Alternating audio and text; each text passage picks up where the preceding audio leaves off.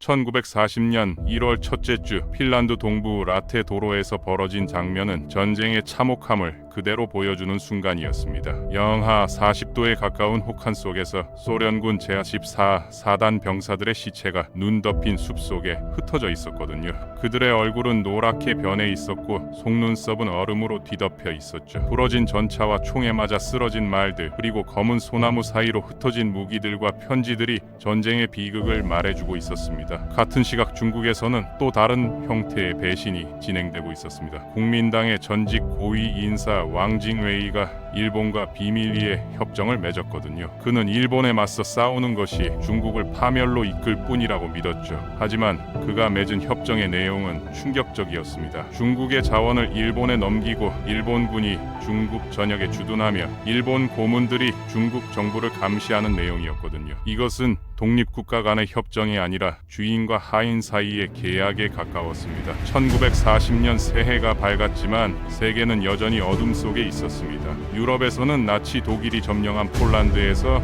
매주 수십 명이 굶어 죽고 있었고, 아시아에서는 중일 전쟁이 계속되고 있었죠. 핀란드에서는 소련의 침공에 맞서 싸우는 겨울 전쟁이 한창이었습니다. 오늘은 1940년 1월 첫째 주에 벌어진 세 대륙의 사건들에 대한 이야기입니다.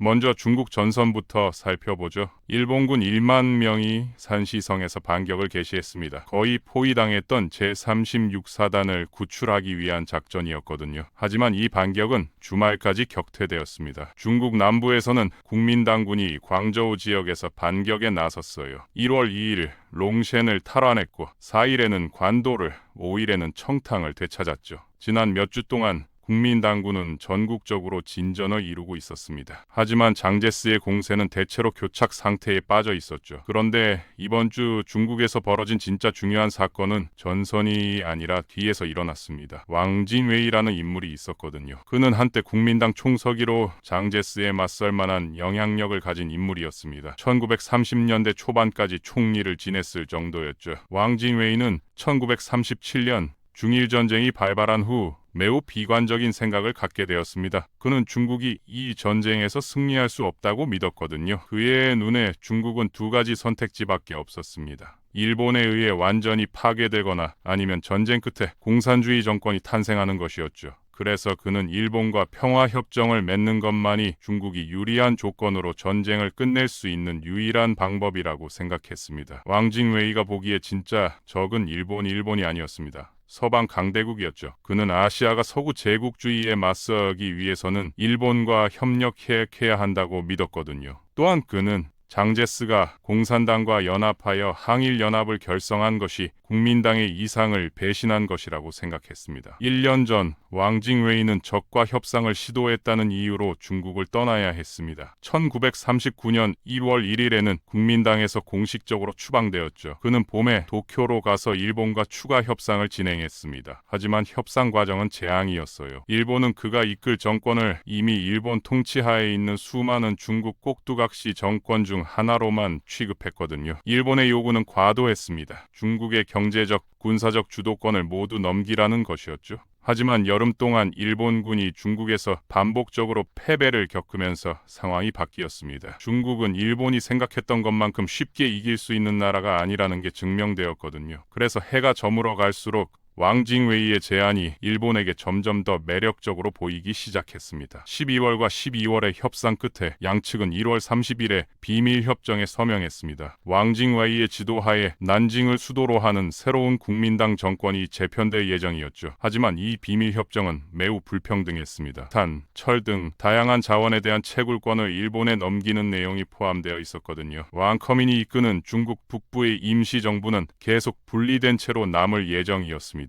즉 중국은 여러 개의 꼭두각시 정권으로 쪼개져 일본의 통제를 받게 되는 거였죠. 그런데 놀라운 일이 벌어졌습니다. 왕징웨이 정권의 외교부 부부장이었던 가오 종우가 협정 문서 사진을 빼돌려 탈출한 거예요. 일본의 이전 약속에 환멸을 느낀 가오 종우는 협정 조건을 공개했습니다. 여기에는 일본군이 중국 전역에 지속적으로 주둔하고 일본 고문들이 중국 정부 곳곳에 파견되는 내용이 포함되어 있었죠. 이것은 장제스에게 중요한 선전 자료 자료가 되었습니다. 그는 이 비밀 협정을 이용해 일본이 동등한 관계를 수립할 의사가 전혀 없고 단지 주인과 하인의 관계만을 원한다는 것을 증명할 수 있었거든요. 왕징웨이가 일본과 협력하는 동안 장제스는 정작 공산당과 손을 잡고 있었습니다. 역설적이죠. 왕징웨이는 장제스가 공산당과 연합한 것을 배신이라고 비난했지만 정작 자신은 침략자와 손을 잡았으니까요. 일본이 왕징웨이 정권 조직을 시작했을 때 그들은 난징에 대사를 파견하지 않았습니다. 대사를 파견하면 그 정권에 대한 공식적인 외교적 인정을 의미하기 때문이었죠. 왕징웨이는 진정한 정권이 아니라 그저 일본의 도구에 불과했던 겁니다. 같은 시각 북유럽 핀란드에서는 완전히 다른 형태의 전쟁이 벌어지고 있었습니다. 왕징웨이는 자국을 침략한 적과 협력하기로 선택했지만 핀란드는 싸우는 길을 택했죠. 맥스 헤이스팅스는 이렇게 기록했습니다. 핀란드 정부는 소련군을 완전히 무찌를 수 있다는 환상을 가진 적이 없었다고요. 그들은 단지 스탈린의 야망을 완수하는 데 받아들일 수 없을 만큼 높은 대가를 치르게 만들고 싶었을 뿐이었습니다. 하지만 인명 손실을 전혀 개의치 않는 적과 맞서 싸울 때 이런 전략은 한계가 있었죠. 지난주 수호무살미 전투에서 고립되고 포위당한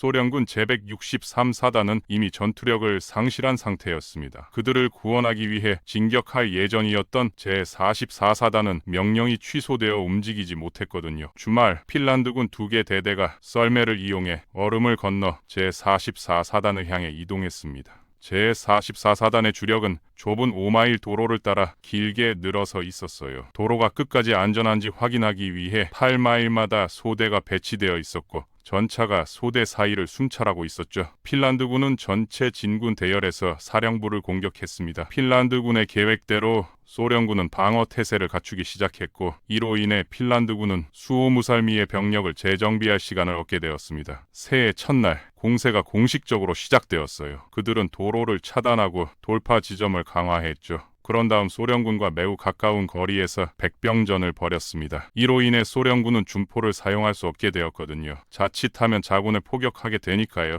말이 끄는 부대 때문에 교통이 혼란스러웠고 전차 부대도 별 소용이 없었습니다. 특히 도로가 차단되고 지뢰가 매설된 후에는 더욱 그랬죠. 핀란드군은 심지어 전차를 엄폐물로 사용하기도 했는데 이 때문에 소련 공군은 지상의 전투 상황을 무기력하게 지켜볼 수밖에 없었습니다. 모든 공격이 자국 군인들에게 가해질 테니까요. 그런데 당시 소련군은 싸울 능력조차 없는 상태였습니다. 많은 군인들이 이미 굶주림에 시달리고 있었거든요. 비노그라도프 장군은 후퇴 명령을 거부했습니다. 상부로부터 공식적인 명령을 받지 못했다는 이유였죠. 하지만 마침내 2월 6일 철수 명령이 내려졌습니다. 그때 군인들의 상태는 어땠을까요? 군인들은 더 이상 돌파할 힘도 의지도 없었습니다. 공황 상태에 빠진 그들은 흩어졌고 탈출을 시도하다 총에 맞거나 참호와 벙커에 갇혀 죽었죠. 나중에 사람들은 소련군이 영하 30도에서 40도에 달하는 극한의 추위 속에서 5일 동안 음식도 먹지 못했다는 사실을 알게 되었습니다. 라이프 매거진 사진작가 칼 마이단스는 전투 장면을 이렇게 묘사했습니다. 전투 중 사망한 소련군 병사들의 시체가 얼음 위에 흩어져 있었다고요. 그들은 외롭고 뒤틀려 있었고 무거운 바람막이와 펠트 부츠를 신고 있었습니다. 그들의 뺨은 노랗고 속눈썹은 얼음으로 창백했죠. 숲속에는 많은 무기, 사진, 편지들이 흩어져 있었습니다. 궤도가 끊어진 전차의 잔해, 카트가 부러진 수레, 죽은 말과 쓰러진 군인의 시체가 검은 소나무 사이를 메우고 길을 막았습니다. 그리고 천천히 눈에 덮여갔죠. 제44사단 구성원의 대부분은 전투 중 사망하거나 동상으로 죽었습니다. 1300명이 전쟁 포로가 되었어요. 포로가 된 한 소련 대령은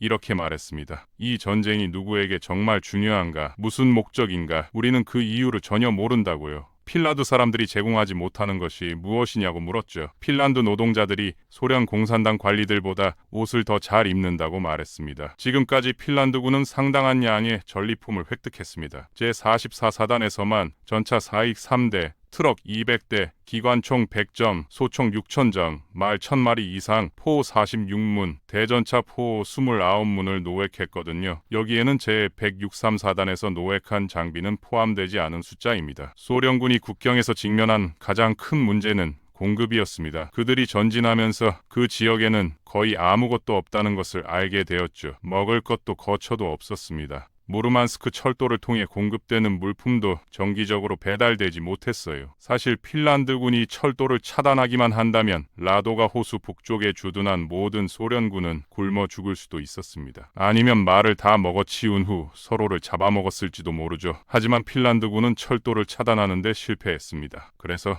소련군은 가끔씩이나마 식량을 얻을 수 있었어요. 하지만 이번 겨울에 가장 추운 시기는 아직 오지 않은 상태였습니다. 라티로드 전투 이후 제44사단의 고위 장교들은 비노그라도프를 포함해 모두 처형되었습니다. 새해 전날 독일 참모본부는 핀란드에서의 붉은 군대의 성과를 평가했는데 숫자로 보면 나쁘지 않지만 조직, 장비, 리더십 측면에서 실망스럽다는 결론을 내렸죠. 통신 체계가 매우 열악하고 교통 체계도 나빴으며 격렬한 전투 상황에서 군대의 전투 능력은 의심스럽다고 평가했습니다. 독일 참모부는 소련군이 현대적 장비를 갖추고 우세한 병력으로 지휘하는 군대를 이길 수 없을 것이라고 결론지었습니다. 이것은 히틀러가 나중에 소련 침공을 결심하는 데 영향을 미친 평가였죠. 아돌프 히틀러는 모든 독일 국민에게 새해 인사를 보냈습니다. 유대인 자본주의 세계는 20세기를 살아남지 못할 것이라는 내용이었죠. 실제로 폴란드에서는 히틀러의 말이 현실이 되고 있었습니다. 새해 첫 주에만 바르샤바에서 70명이 굶어 죽었거든요. 지역 유대인들에 대한 통금령은 오후 8시에 시작되었습니다. 이 규칙을 어기면 통행증이 있어도 총에 맞을 가능성이 컸죠. 이번 주에 가축 수송 열차가 바르샤바에 도착했습니다.